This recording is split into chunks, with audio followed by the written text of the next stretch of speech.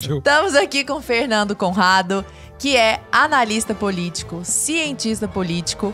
Eu ia falar que ele foi advogado e foi fotógrafo, mas ele disse que nós não nos perdemos na nossa essência. Então ele continua isso tudo. O maior medo do ser humano é perder de si mesmo, né? Exato. Se perder a si mesmo. E um grande de um influenciador digital hoje, de vários assuntos. Seja bem-vindo, Conrado. Muito obrigado, muito gentil. Um prazer estar aqui com vocês. Uma honra aí para o nosso público do Brasil Paralelo, que a gente faz tanta coisa junto, né? Que bom que a gente está aqui ao vivo agora. Uma alegria. E hoje o objetivo aqui, o Conrado, o tema da conversa paralela hoje é você. Então você é o centro. Então você que já fala sobre tanta coisa. Pergunta que eu respondo. Pergunta que eu respondo. Isso aí. Ô Conrado, você tem hoje uma plataforma chamada Corações e Almas, né? Um curso ali dentro de uma plataforma chamada Corações e Almas. E ali você fala sobre vários assuntos, sobre os quais nós falaremos aqui hoje. Ótimo. Então você fala, por exemplo, de valor sexual de mercado, que é um assunto super interessante. Fala um pouco de política, de sociologia, de filosofia. E realmente são aulas muito complexas e completas, né?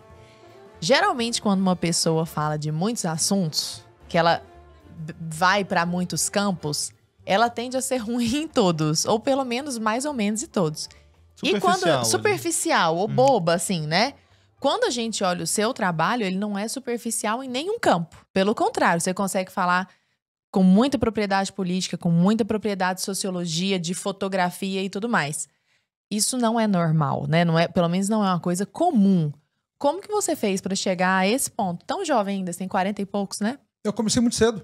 Né? Muito cedo, muito cedo. Família muito estruturada, no qual, por exemplo, eu tenho minha formação, só para dar um início. Eu com 16 anos aí já tinha feito intercâmbio, já tinha voltado, já estava na Universidade Federal, fazendo 2 faculdades concomitantes. Então fazia Direito e fazia Ciências Sociais. Me formei no Direito ali com 21 anos, cedo ali. Eu me lembro que quando eu me formei na URGS ainda, eu era menor de 21. Então tinha aquela, na época ainda, a maioridade civil era 21 anos, e eu consegui a maioridade civil por 3º grau completo, que era uma das formas de tu alcançar a maioridade civil, se formar antes de 21 anos. Eu então fiz as 2 faculdades, Sociologia, Política e Antropologia, minha ênfase em Antropologia e Ciências Políticas, fiz todos os créditos nessa área, e acabou sendo minha especialização. E fiz, óbvio, pós-graduação em diversas áreas aí também, tanto para o Direito, fui advogado 12 anos, trabalhei muito pós-graduação em Direito Público, Administrativo, Tributário e Constitucional. Então, pra mim, era óbvio ter 2 faculdades. Por quê? Porque meu pai tinha 2, minha mãe tinha 2. Minha mãe fez arquitetura e fez direito, meu pai fez engenharia e fez direito. Então, quando tu sai de uma base que já é normal, querido, tu ter 2 faculdades, pra mim, era óbvio que eu tinha que ter 2. Né? Então, já fiz as 2 e comecei muito cedo. Tinha um interesse, eu vejo hoje com muita felicidade, aí o pessoal, todo mundo gosta de política, discutir política, né? Eu comecei com 17 anos a estudar ciências políticas, quando ninguém estudava, imagina. Quem é que tu conheceu lá com 16 anos que botou, vou estudar ciências políticas? Hoje até tá na moda, mas na época ninguém sabia o que era isso. Nós não tínhamos nem esses cursos, os cursos na imensa maioria era todo mundo... Nós vivíamos um mundo muito diferente naquela época, tô falando 1997, foi quando eu entrei na Universidade Federal. A gente tinha só essa visão que era o... Até parabéns ao Brasil Paralelo por ter explicado isso pro mundo, que era o Teatro das Tesouras. Né? Nós tínhamos o Lula e tínhamos o Fernando Henrique. Não tinha nenhuma visão mais vinculada à direita, o que hoje a gente convencionou chamar como conservadorismo. Não existia nada disso. É porque o FHC, né, era a direita. Já era, pra nós era a direita. Pô, tu FHC... Tu Janela de Overton como? Tá? Total. Era só deles o time lá. Então, nesse aspecto, era muito difícil tu ver, estudar isso aí. Então, todos os professores eram de esquerda, todos os teus colegas eram de esquerda, e tu ali, tu é um estranho no ninho, né? Sobrevivendo, estudando, vendo o pensamento, para ter ideia, a maioria dos meus colegas naquele ano, se for examinar lá o que se discutia na época, era o orçamento participativo, que era uma visão política da esquerda, né? Propriamente lá de Porto Alegre, e o meu trabalho de conclusão foi soberania e supranacionalidade. Até que ponto um país é soberano no momento que ele submete a uma ordem internacional? Estamos falando do ano 2000, 22 anos atrás. Nossa. Que hoje a gente chama de globalismo. Na época não tinha nome para isso. Pô, será que o Brasil tem que submeter a ONU ou não? Essas discussões que a gente tinha. Né? O que é um país soberano no momento que ele faz o que uma... Você já pensando nessas coisas. Pô, então eu tava discutindo isso aí, estudando há 22 anos atrás. Né? Então eu tenho muito prazer nisso, sempre estudei, trouxe junto, porque uma grande... Quando a gente tem paixão pelo saber, quando tu quer entender as coisas, tu te aprofunda, tu lê o original. Eu tive bons professores. Na época eu me lembro que tinha o Olavo dava umas aulas lá em Porto Alegre. Estamos falando 97, né, pessoal? A maioria do pessoal conheceu o Olavo, ela saiu, né, 2014, né, pra cá e tal. O Olavo dava uma... E ele tentava se afirmar como filósofo discutindo com o Emir Sader na época. Então eu tive... Pô, o Olavo fazia os cursos, quando tinha algum curso com o Olavo lá. Tinha um outro professor que eu tive, que era o Milton Bins. Esse cara foi o que expandiu minha cabeça, assim. Olha. Esse cara que o Olavo fez com essa geração aqui, eu tinha um professor lá, que era o cara que falava de Foro de São Paulo, lá em 1997. É o cara que fazia tu ler o original. Conrado, tu quer discutir comigo? Vai ler o original. Foi ele que me fez querer aprender, estudar alemão, estudar italiano, estudar francês, para ler a língua original, para crescer. Então, acho que na minha casa, por exemplo, a paixão pelo saber sempre foi muito grande. Meu pai era um cara... Não vou dizer um erudito, mas era um cara que gostava muito de livros. Então a gente sempre teve, por mais que eu fosse de uma família de classe média, no nosso pequeno apartamento lá de 50 metros quadrados, tinha uma biblioteca. Né? E eu era o cara que desde criança arrumava a biblioteca. Então o contato com os livros, né? Por exemplo, meu presenho, minha mãe, eu fui criado... Meus pais liam também muito. Cara, meu pai sim, minha mãe não. Minha mãe é mais... prática. Mais empirista, vamos dizer assim. Uma gênia. Gênia, nesse aspecto de resolver problemas. Inteligência quanto a capacidade de resolver problemas, né? Mas eu me lembro, cara, por exemplo, assim, ó, minha mãe, eu não fui criado muito como criança, assim, então minha mãe não lia historinha, lia o jornal pra mim. Olha só, o Papa, ó, a fumacinha tá preta, eles não escolheram o Papa ainda, Fernando. A gente tava em 1979, né? A morte ali e tal do Paulo pra entrar o João Paulo II, tava então eram esses assuntos que eu tinha ali como criado bebê. Minha mãe não cantava música de Ninar, cantava Asa Branca, quando vê já a terra ardendo. Então foi outro tipo de criação. Minha mãe trabalhava, eu venho de uma família, minha mãe entrou na polícia em 72, meu pai em 73. Eu falo com muita honra do meu pai e minha mãe, porque são grandes exemplos que eu tive. Minha mãe, por exemplo, que eu falei da arquitetura, foi ela que fez a logotipia da Polícia Civil lá no Rio Grande do Sul. Só para ver que sempre teve essa confluência de assuntos. Então o primeiro livro que eu li na vida, eu era criança, era o Atlas da Arte Universal. Que eu não sabia ler, só sabia ver as figuras, né? Só sei ler as figuras. Mas a gente sempre foi criado com livro de arte, né? Com pequenas figuras do Picasso em casa. Eu não tinha uma gravura de um Picasso, mas tinha lá uma gravura mesmo de revista que foi lá, então sempre tinha mãe explicando, né? Paul en Arlequin, do Picasso, que era o filho do Picasso, tá aqui, tá. Então eu sempre teve essas explicações e estudo e querer trabalhar. Minha mãe, quando eu tinha 9 anos, me deu um dicionário. Para o meu filho que é inteligente, vou dar um dicionário para aprender mais. Então sempre foi estimulado, né? Que criança meu pai que deu um dicionário. Cara, pai que tá cara, com 9 anos, meu presente foi a Delta La Russe. Ganhei uma enciclopédia. Tava tudo na enciclopédia, então eu aprendi a pesquisar. Queria saber uma coisa, vamos saber o que tá certo. Vamos Então o mundo era um outro tempo. Sim. Então eu sempre fui criado num ambiente que tinha acesso a livros. Nunca tive... Meu pai sempre dizia, seu filho não tem acesso total. Vai fazer 2 faculdades, não precisa... Tu passou nas 2 faculdades, federal e tal, não precisa trabalhar, não te preocupa. O pai vai te financiar isso aqui, pode continuar estudando. Cara, eu fazia 16 cadeiras por semestre. Usava de manhã até da noite. Tu que escolheu os cursos? Tudo, assim, cara. foi um desejo, tipo, ciência, política, ciências sociais e direito. E eu me lembro, cara, logo que eu entrei nas ciências sociais lá na... Porque 16 anos é novo, assim. Mas sabe como é que aconteceu, cara? Eu fui estudar, eu tava no colégio ainda no último ano, ali o terceiro ano que a gente chamava na época, não sei como é que a gente tá hoje, essas coisas. Eu fui fazer um intercâmbio nos Estados Unidos. E aí fui fazer um intercâmbio lá nos Estados Unidos, na Universidade Estadual da Califórnia, lá em São Bernardino, e eu tirei primeiro lugar no curso, cara. Fui muito bem, ganhei nota boa dos professores, nota boa dos colegas, das aulas, porque tu ganha nota da família, ganha nota de todo mundo naquele negócio lá. E fui muito bem. E aí eu ganhei a bolsa de estudo dos americanos lá. E, cara, quando eu ganhei olha só o pensamento, olha o que faz uma cabeça. Filho de 2 policiais, né? Servir, proteger, aquela história, né? Se dedicar lá, dar de si antes de pensar em si. Pô, se esses americanos estão querendo me comprar pra me dar essa bolsa, eu sou muito bom. Eu vou voltar pro Brasil e ajudar o meu país. Pô, eu era louco, visionário. Isso quantos anos? 16. Nossa. E voltei. Daí não fiz a faculdade lá, fiz aqui. E já entrei nas 2. Entrei direto já no vestibular, passei direto. E aí eu fui estudar, cara, ciências sociais. E eu me lembro quando eu fiz a primeira semana de aula. Não tinha carteira. Tinha 17 anos, né? Quando eu entrei na faculdade. Não tinha carteira de motorista ainda. Eu de ônibus, cara. Saindo lá do fim do mundo de ônibus. Porque a URGS, a federal, o curso de ciências sociais é lá na divisa da periferia de Porto Alegre. É uma mão de obra, não é, né? E eu tô ali, cara, primeiro dia de ônibus, segundo dia de ônibus, no terceiro dia eu pensei, pá, olha só, eu tenho que decidir agora se eu vou continuar esse curso até o fim, ou vou parar agora, não vou ficar vivendo minha vida de ônibus até esse final de mundo aqui, pra parar daqui a 2 anos, né? E ali eu disse, não, vou até o final. E fiz, cara, fiz todas as cadeiras, me formei antes.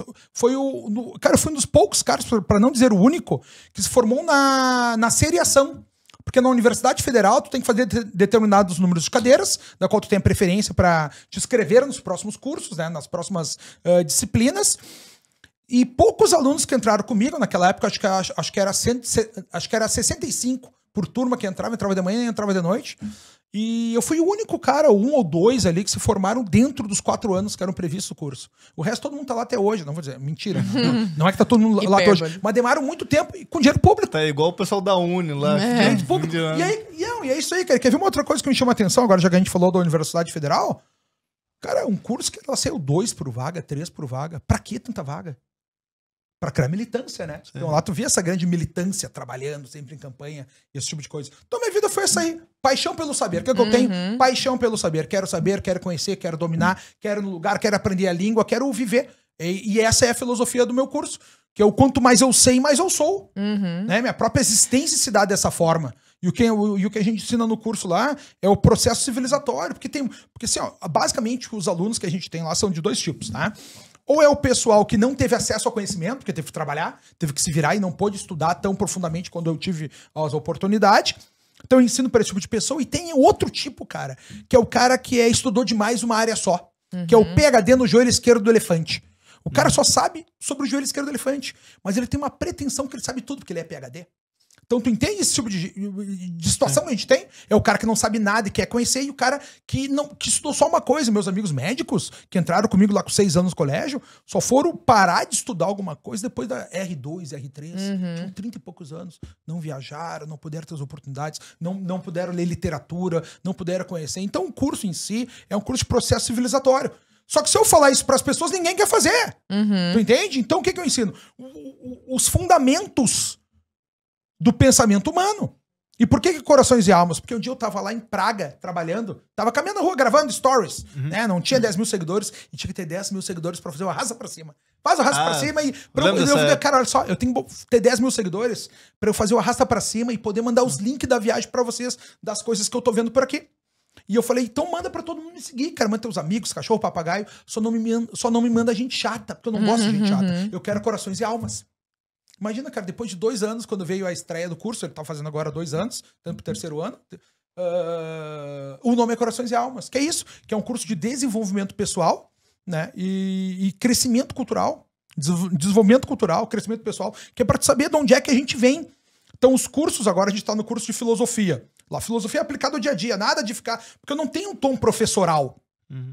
Minha conversa é assim com as pessoas, vou te explicar o pensamento, como é que tu aplica isso aqui no teu dia a dia. Então a gente tem a parte desde o capitalismo, né? Mostrando, por exemplo, as pessoas não sabem, mas Nova York não foi conquistada por um reino, nem por um rei, foi por uma empresa.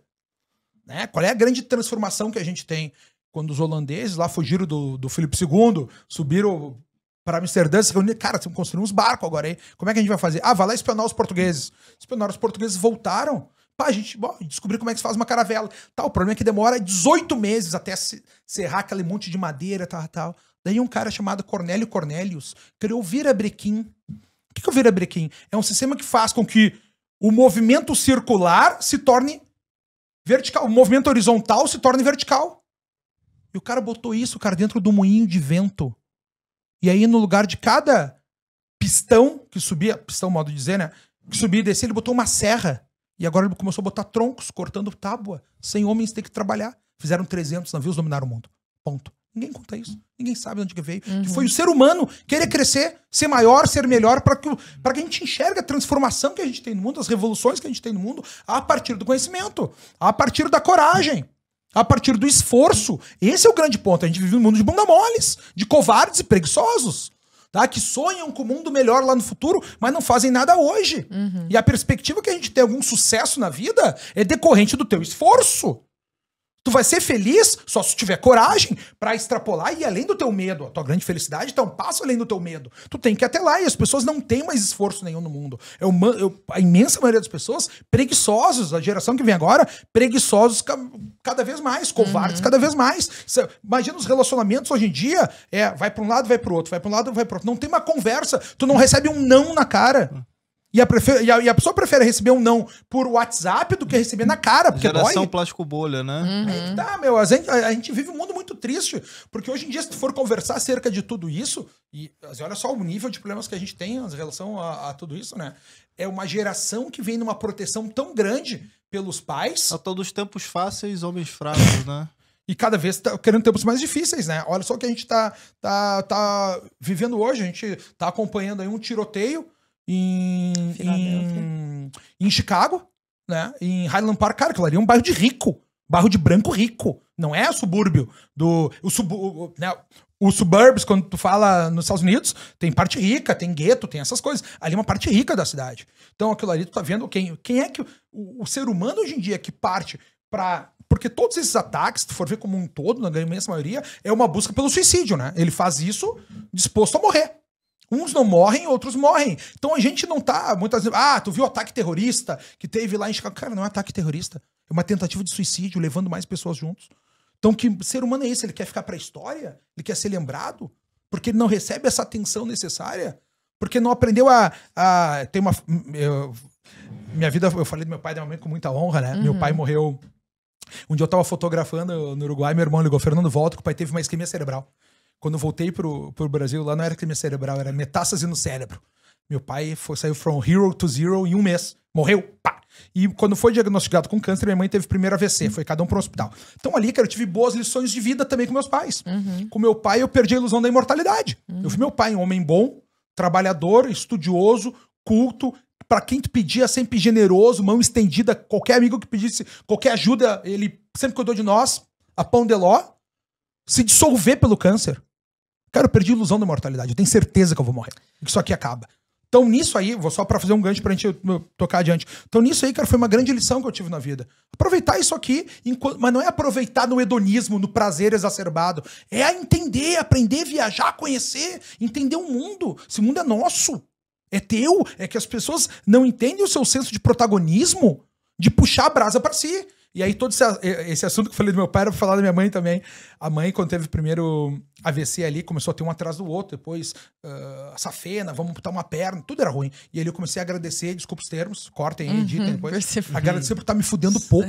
Porque eu sempre poderia me fuder mais. Cada dia era pagar um outro médico, pagar o plano de saúde, a mãe voltou pra UTI, é 3 mil por dia, tá acabando o dinheiro, como é que não vai? Tudo era pior. Então eu falei, cara, que bom que a mãe não morreu hoje, que bom que hoje não tive que pagar mais nada, que bom. Então, tu começa a agradecer. Eu a vi em algumas lives suas, muito, tá vendo? Muito emocionante. Tá muito bem. Tá ali minha mãe, cuido dela, eu moro hoje no 3º andar, ela mora no 1º. A gente tem que cuidar das pessoas. Eu lembro dela te chamar numa live, inclusive. Ela... não tô conseguindo entrar na sua própria live aqui. Isso aí, minha mãe. E eu fui lá, elas atendem a mãe. Então esses pontos, quando a gente enxerga como um todo, eles são princípios da filosofia. Que me fez estudar mais filosofia. Faz 10 anos que aconteceu isso comigo. Então, a ilusão, eu perder a ilusão da imortalidade é o memento mori dos estoicos. Lembra-se que tu vai morrer. Isso aí. Faz teu melhor a cada dia. E só pra encerrar, o da minha mãe é o amor fati, aceita o destino. Como é que tu vai crescer, como é que vai ser melhor a partir dos perrengues que acontecem na tua vida. Então, a paixão pelo saber, quando tu me pergunta, é vivendo. A vida vem me dando lições e eu fui tentando passar na prova. Às vezes me dou bem, às vezes me dou mal. Faz parte do jogo. Mas eu me dou muito mais que bem e me fico muito feliz a cada vez que eu supero algum obstáculo. É isso aí. E